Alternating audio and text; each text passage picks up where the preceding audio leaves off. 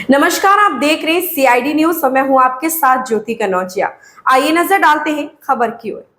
दलित का बेटा दिल्ली का मेयर बनने वाला था तो इन्होंने साजिश करके चुनाव रोक दिया। आपका भाजपा पर हमला। दिल्ली में 26 अप्रैल को होने वाले मेयर चुनाव को स्थगित कर दिया गया। राज्यपाल वीके सक्सेना ने पीठासीन अधिकारी नियुक्त नहीं किया है। इसके पीछे उपराज्यपाल ने दिल्ली सरकार की ओर से भेजी गई फाइल पर मुख्यमंत्री की राय नहीं होने का हवाला दिया। ऐसे में एमसीडी ने मेयर चुनाव स्थगित कर दिया, जिसके बाद से आम आदमी पार्टी लगातार एलजी और भाजपा को घेरने में लगी है। शुक्रवार को प्रेस कॉन्फ्रेंस कर आम आदमी पार्टी के राज्यसभा सांसद संजय सिंह ने कहा कि भाजपा वाली देश में दलितों और पिछड़ों को आगे बढ़ते हुए नहीं देख पा रहे हैं। ये लोग दलितों को रोकने की साजिश रच रहे हैं। दिल्ली एमसीडी में इस बार दलित समाज का मेयर बनना था, लेकिन इन्होंने चुनाव रद्द करके अपनी दलित विरोधी मानसिकता और संविधान को खत्म करने का एक और प्रमाण दिया है। राज्यसभा सांसद ने कहा कि बाबा साहब ने संविधान को अधिकार दिया कि एमसीडी के मेयर पद पर एक बार दलित समाज का व्यक्ति बैठकर सेवा करेगा। भाजपा से यह देखा नहीं गया और इन्होंने चुनाव ही रद्द कर दिया। इस बार इनके दलित और संविधान विरोधी इस काम में मोहरा बने भाजपा के एलजी साहब। आज जब दलित का बेटा दिल्ली का मेयर बनने वाला था तो इन्होंने साजिश करके मेयर का चुनाव रोक दिया।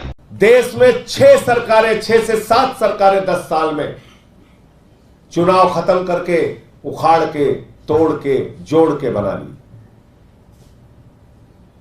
देश के अंदर चंडीगढ़ का चुनाव उदाहरण है।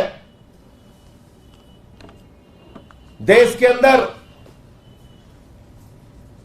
सूरत का चुनाव उदाहरण है और अब दिल्ली के मेयर के चुनाव को खत्म कर दिया गया। दिल्ली के मेयर के चुनाव को, जहां पर एक दलित का बेटा चुनकर जाना 100% तय था, क्योंकि कांग्रेस का भी समर्थन था, हमारे पास भी जबरदस्त बहुमत था, उसको रोक दिया गया। और अंतिम बात कह के अपनी बात खत्म करूंगा। बीजेपी वालों, क्यों झूठ बोल रहे हो? भाजपा के एलजी साहब, आप क्यों झूठ बोल रहे हैं? मैं चुनौती देता हूं,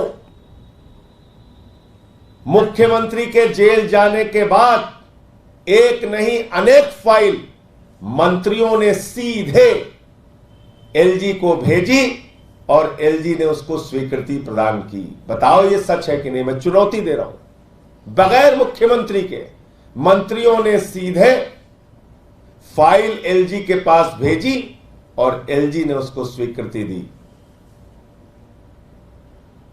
यहां तो मंत्री को बाईपास करके आपने अंतिम दिन तक इंतजार किया और अंतिम दिन एक ऐसा झूठ सामने लेके आए जो देश के सामने उजागर हो गया। इस खबर में बस इतना ही। बने रहे सीआईडी न्यूज के साथ।